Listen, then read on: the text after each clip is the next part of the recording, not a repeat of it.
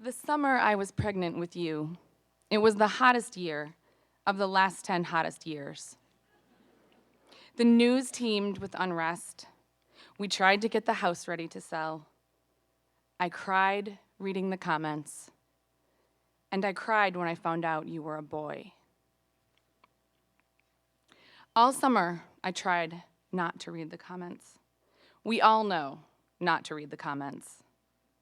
But like graffiti on a bathroom wall, it's almost impossible not to. The comments, the dialogue, the heat and the hormones together made me feel sick and kept me from gaining much weight for a while. Anxiety kept me awake at night, palpable and rolling through me in waves. Just as the news, week after week, reminded me of my naivete about the progress made in our country. After all, only 10 years before we were born in 1977, your dad and I couldn't legally marry in many places. Here, in America, in your Nana's lifetime. The summer I was pregnant with you, thousands of people marched across the Brooklyn Bridge, all the way to Harlem, where your father and I used to eat, shop, and live. On the news, we saw the streets where we used to spend our time filled with black, brown, and white protesters. They marched in Atlanta and Oakland, in Chicago and Houston, and even here in Minneapolis, where you were born. They killed a black man in Staten Island the summer you were born for selling loose cigarettes. The summer I was pregnant with you, they killed a black boy in Ferguson for walking in the street. For weeks, the air in Ferguson was filled with tear gas, and still people marched. Friends and family of ours, even. A strip mall, restaurants, police cars were set on fire. They said he stole some cigars. His body lay on the pavement for over 4 hours. They killed a black man in Walmart for holding a toy gun they sold right there in the store. The fall I was pregnant with you, they killed a 12-year-old boy, black boy, in Cleveland for playing with a toy gun in a public park. 2 seconds it took them to be judge, jury, and God before they shot him in the stomach. And there were more,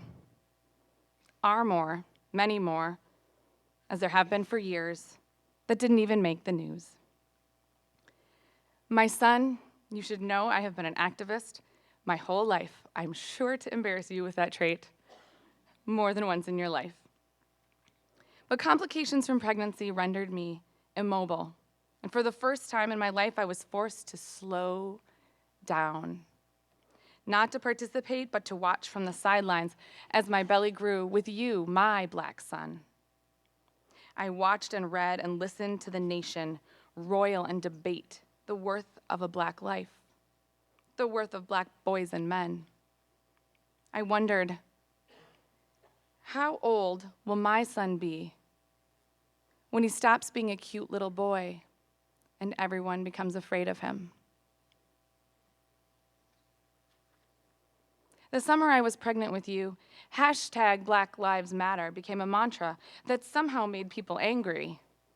White people wanted it to say hashtag All Lives Matter, but all lives weren't being shot down in the street, in the stores, in parks.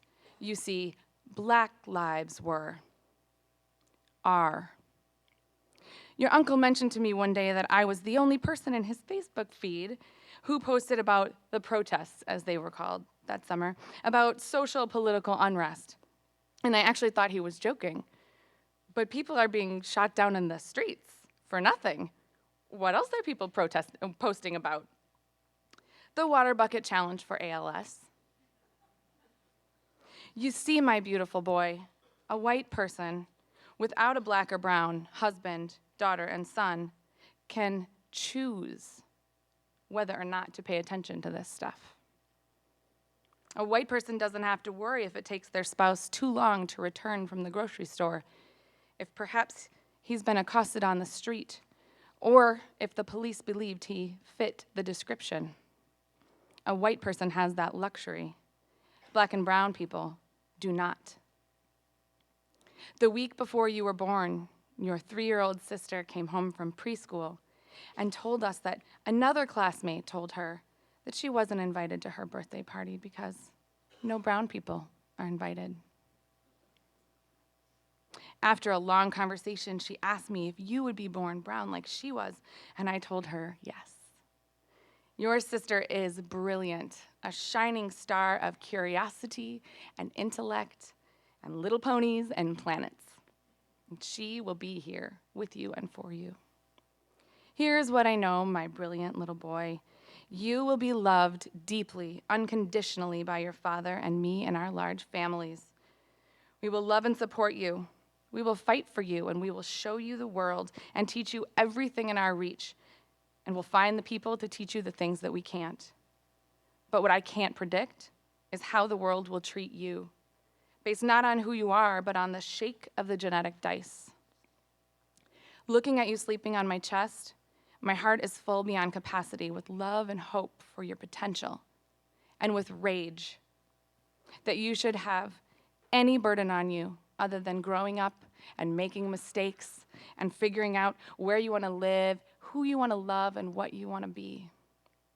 But the truth is that it will likely be more complicated for you. I say all this in a letter because it's important that you know the truth, because the rules are different in our country for Black boys, and you are one of them. Because you should know that I am angry, and anger is a driver of change. There's plenty of peace talk to go around, but I want you to know that I'm a fighter, and I fight for you. For you and with you, my beautiful boy, I promise we will make the world better.